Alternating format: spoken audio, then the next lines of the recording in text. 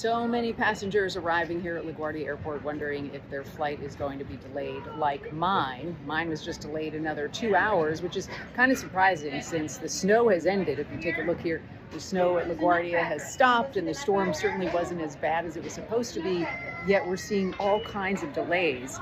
If you check out the flight board here, which I've been checking quite a bit this morning. If you take a look, there's a lot of red on that board, certainly about 3,000 delays already and nearly 1,000 cancellations. That's on top of the thousands of delays and cancellations from yesterday. And tomorrow is supposed to be one of the busiest travel days of the year. So let's just hope that this board doesn't get any more red than it already is.